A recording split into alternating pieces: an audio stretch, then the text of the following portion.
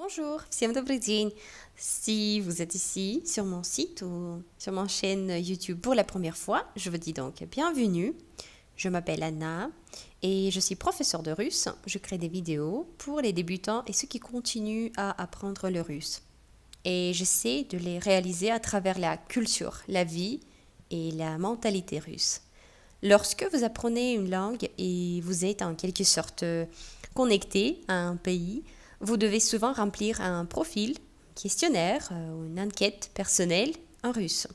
Cela pourrait être, par exemple, votre profil sur un site web russe ou une enquête pour un voyage en Russie ou même un hôtel dans une petite ville russe.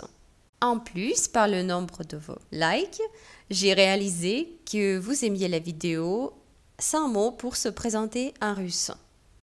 Et j'ai décidé donc de créer pour vous cette vidéo accompagnée par un dictionnaire PDF que vous pourrez utiliser comme une instruction et le dictionnaire pour vous-même dans un tel cas.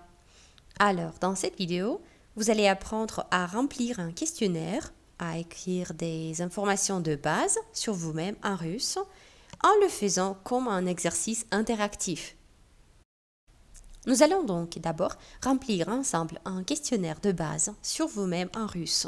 Je vais vous montrer des questions et des réponses avec des exemples. D'ailleurs, un de ces exemples est tout à fait réel. J'ai demandé à l'un des membres du club russe sur mon site de remplir ce formulaire. Je crois que ce sera plus facile pour vous tous de comprendre comment compléter ce genre de questionnaire en voyant l'exemple d'une vraie personne qui, comme vous, apprend le russe et s'intéresse à la Russie. En plus, il a récemment créé son projet merveilleux qui s'appelle slatovia.fr où il partage sa passion pour la cuisine slave, y compris russe. Il a beaucoup de recettes de cuisine russe, kasha, pirashki et beaucoup d'autres. Et ce n'est pas de la publicité, mais une recommandation sincère. Moi-même, je suis abonnée à la newsletter de Marc et à chaque fois, j'attends de nouvelles recettes parce qu'il écrit également des remarques culturelles et historiques très intéressantes pour chaque plat. Comment allons travailler sur ce questionnaire et de quoi avez-vous besoin? Vous n'avez pas besoin de stylo ni de feuilles de papier cette fois parce que vous pouvez tout simplement ouvrir une enquête que j'ai préparée à l'avance. Pour cela, cliquez le premier lien dans la description. Le point donc est que vous pouvez à la fois regarder cette vidéo et remplir le questionnaire comme un exercice interactif. Et pour ceux qui tiendront ça jusqu'à la fin, je veux dire qui écrivent toutes les 10 réponses de ce questionnaire, j'ai préparé en bonus le dictionnaire PDF. Vous obtiendrez le PDF avec 2 exemples de remplissage de ce questionnaire et avec du vocabulaire. Ну что, поехали? Et donc, allons-y. Ouvrez le questionnaire via le premier lien et vous allez le compléter avec mes commentaires. Chaque profil ou une enquête commence par un nom et un prénom. Фамилия, имя, отчество, nom, prénom, patronyme. Si vous savez écrire vos noms et prénoms en russe, entrez-les et continuez. Sinon, l'information suivante vous sera bien utile. Premièrement, en Russie, dans les questionnaires, le patronyme, ou le deuxième prénom, comme on dit, est toujours demandé. Mais les étrangers ne sont pas concernés, vraiment. Vous pouvez donc simplement laisser vide cette partie dans les questionnaires. Sinon, chaque personne qui est née en Russie a le patronyme. Cette forme, le patronyme, est formée du nom du père selon certaines règles.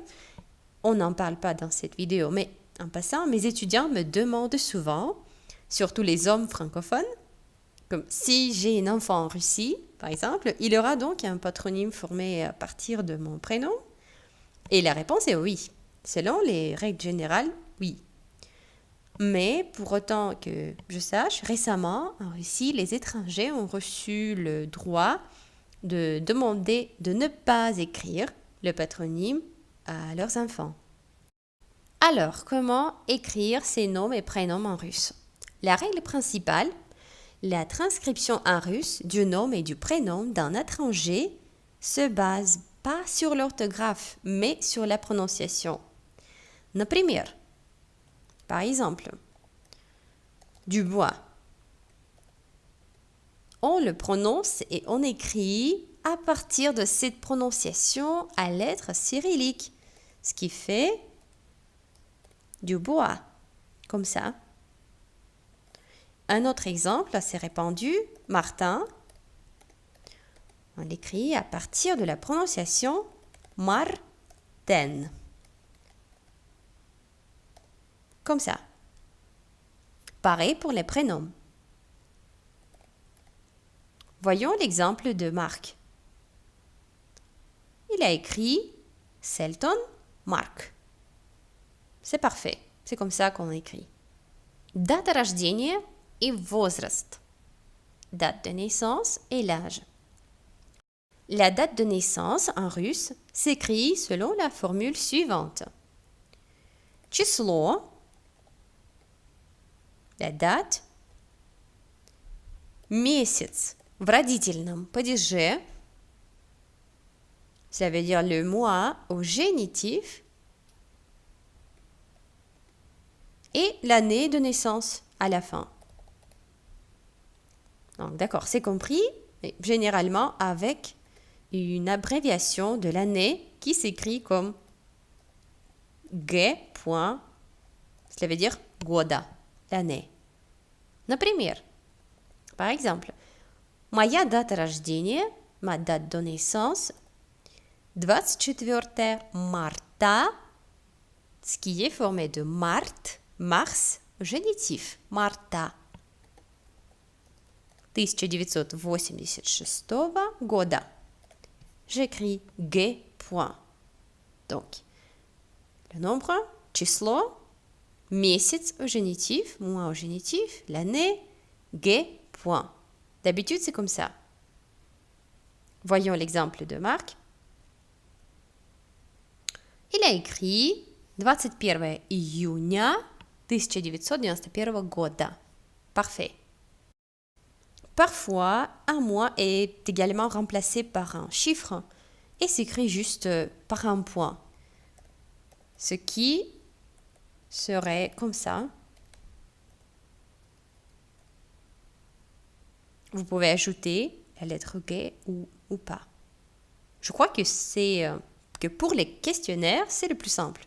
Vous pouvez vous en souvenir comme ça. En ce qui concerne l'âge, nous avons eu une vidéo détaillée avec toutes les règles. Je ne répéterai que l'essentiel.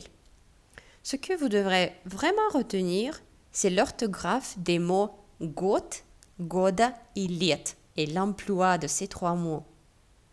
En effet, c'est assez simple. Один год, donc un an avec toutes les dizaines, on écrit год à la fin. Один год, 21 год, 31 год, 41 год, 51 год, 61 год, 71 год, 81 год, 91 год. Tout simplement, comme dans le dictionnaire. Avec 2, 3 et 4 et toutes les dizaines, on écrit года. 2, 3, 4 года. 22 года, 33 года, etc. Tous les autres cas s'écrivent avec le mot лет. Il y a donc 3 versions. Год, года et лет. Voyons un exemple. 27 лет. C'est comme ça qu'on écrit. 27 лет. Dans mon cas, par exemple, ça fait 32 года.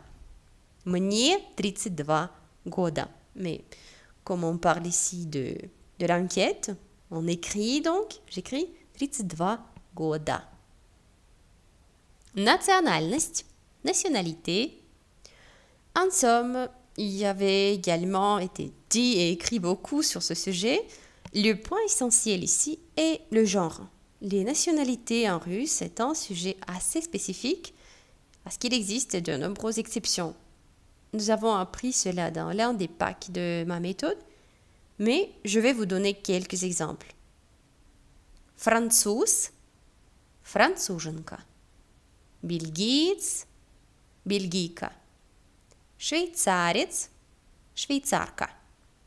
Итальянец, итальянка. Испанец, испанка. Canadien, canadka, etc. Mais en général, vous pouvez regarder dans le dictionnaire en prêtant attention au genre. Ouvrez le dictionnaire, par exemple le Lingvalive, et recherchez, disons, américain.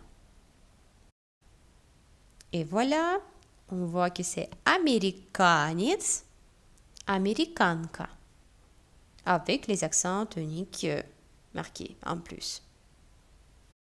Par exemple, moi j'écris русская. Я русская. Моя национальность русская. Marc, lui, il a écrit француз. Vous pouvez écrire votre nationalité. Место проживания – страна, город. Domicile, lieu de résidence, pays et ville. C'est assez simple d'une part, parce que c'est écrit dans le cas nominatif et vous avez probablement déjà écrit votre pays de mémoire, même si vous avez récemment commencé à apprendre le russe. Франция, Бельгия, Швейцария. Довольно легко, assez simple. Ce que on ne peut pas dire des villes, ce n'est pas toujours assez facile, car sauf les grandes villes qu'on connaît tous, Paris, Bruxelles, Genève, il y a de milliers de petites villes qui sont écrites en quelques mots en plus. Donc en russe, vous pouvez les écrire selon le même principe que vos noms et prénoms. Une autre façon, la plus précise, et je vous recommande de le faire, вы идете на Яндекс.Карты. Donc, vous allez sur Yandex, des cartes. Ensuite, vous recherchez votre ville en français, ou en votre langue. Et ensuite, vous voyez la transcription officielle de toutes les villes, même de toutes petites villes et villages qui sont présentes ici. Je recherche par exemple juste une petite ville. Voilà, disons. Saint-Leu-la-Forêt. Comment est-ce qu'on écrit ça en russe? Vous recherchez et vous voyez ici la transcription officielle. C'est comment on écrit ça en russe? Saint-Leu-la-Forêt. Comme ça. Et vous voyez qu'il y a même des avenues, des boulevards et d'autres. Des entreprises notées. Donc, c'est très pratique. Семейное положение. Situation familiale. En règle générale, on demande ici si vous avez un époux, épouse, partenaire, etc. Pas compliqué. Et tout de même, quelle est la difficulté par rapport au français ou anglais? En ce que ces mots en russe se diffèrent selon le sexe. Мужчина говорит женат. Un homme dit qu'il est женат. Я женат ou bien не женат. Cela veut dire qu'il a une femme. У меня есть жена. Ou qu'il n'a pas de femme. Я не женат, у меня нет жены. C'est peu que vous voyez. Donc, женат, marié pour les hommes. Ou не женат, pas marié pour les hommes. Des femmes disent замужем ou не замужем. Cela veut dire, c'est une étymologie assez intéressante, cela veut dire je suis derrière mon mari. Ça veut dire qu'il me protège. За, derrière, après. Donc замужем en un seul mot avec l'accent sur première syllabe. Замужем, не замужем. Donc c'est aussi marié, mais juste pour des femmes. Il y a encore d'autres versions comme divorcé, в разводе, veuf ou veuve, вдовец, вдова. Donc, en effet, je ne connais pas votre âge, Et je vous ai donc proposé l'option autre, other. Ici, другое. Donc, vous pouvez répondre vous-même, votre version. Род занятий. Une question répandue dans les questionnaires qui veut dire généralement 3 catégories principales par l'âge. Que я учусь, je fais mes études, я работаю, je travaille, или я на пенсии, je suis à la retraite. Je vous ai donné un peu plus d'options, sinon choisissez ou écrivez votre propre version. Профессия, место работы. Profession, lieu de travail. Ici, la question, le point est dans le vocabulaire, parce qu'il y a tant de professions, c'est impossible de les nommer toutes. J'avais présenté la liste de professions essentielles dans la leçon vidéo Métiers et professions en russe, mais même là, c'est très probable que peut-être qu'il n'y a pas de votre profession. Par exemple, Marc, qui a écrit, qui est manager de projet, manager проектов. Je n'avais pas de telle profession, ce travail dans la liste, dans ma leçon vidéo. Donc, je vous conseille de vous adresser au dictionnaire de nouveau. Écrivez votre profession en français et traduisez-la. Lieu de travail, ici, on peut demander le domaine de travail ou la société concrète. Moi, j'écrirais par exemple у меня свой проект в сфере онлайн образования. Ce qui veut dire j'ai mon propre projet dans le domaine de l'éducation en ligne. Quelque chose comme ça. Hobby, увлечение. Hobby, intérêt. Formule de base ici, soit par les verbes «Я люблю готовить».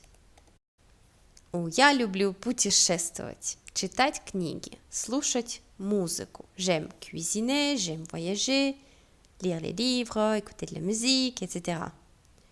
Soit par les noms. Juste hobby, увлечение, ma passion, mon intérêt sont история, gastronomia, littérature, par exemple. Et c'est bien ce qu'on voit ici. Donc, par les verbes готовить, слушать музыку, читать книги. Par les noms, история, gastronomia, славянская кухня. Ici, je pourrais vous conseiller de nouveau de regarder la leçon vidéo 100 mots pour se présenter en russe parce que c'est bien expliqué ici. Владение языками, les langues maîtrisées ou les connaissances linguistiques. Récemment, sur Instagram, j'ai fait un petit sondage sur les langues que mes abonnés apprennent et parlent et les réponses étaient très intéressantes. Je ne pouvais même pas imaginer que mes abonnés parlaient autant de langues et de dialectes rares. Et quand c'est une question dans une enquête en Russie, d'habitude, on répond en divisant nos langues maîtrisées en catégories. Родной язык, ce qui veut dire langue natale, свободное владение, niveau avancé, продолжающий уровень, intermédiaire ou начинающий уровень, débutant. Donc, d'habitude, on divise par ces catégories toutes ces connaissances linguistiques, ces 4 niveaux, et voilà, on écrit comme ça.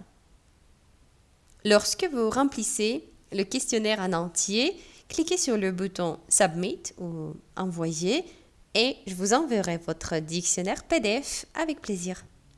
Merci de votre attention et à bientôt. Спасибо за внимание и до скорых встреч!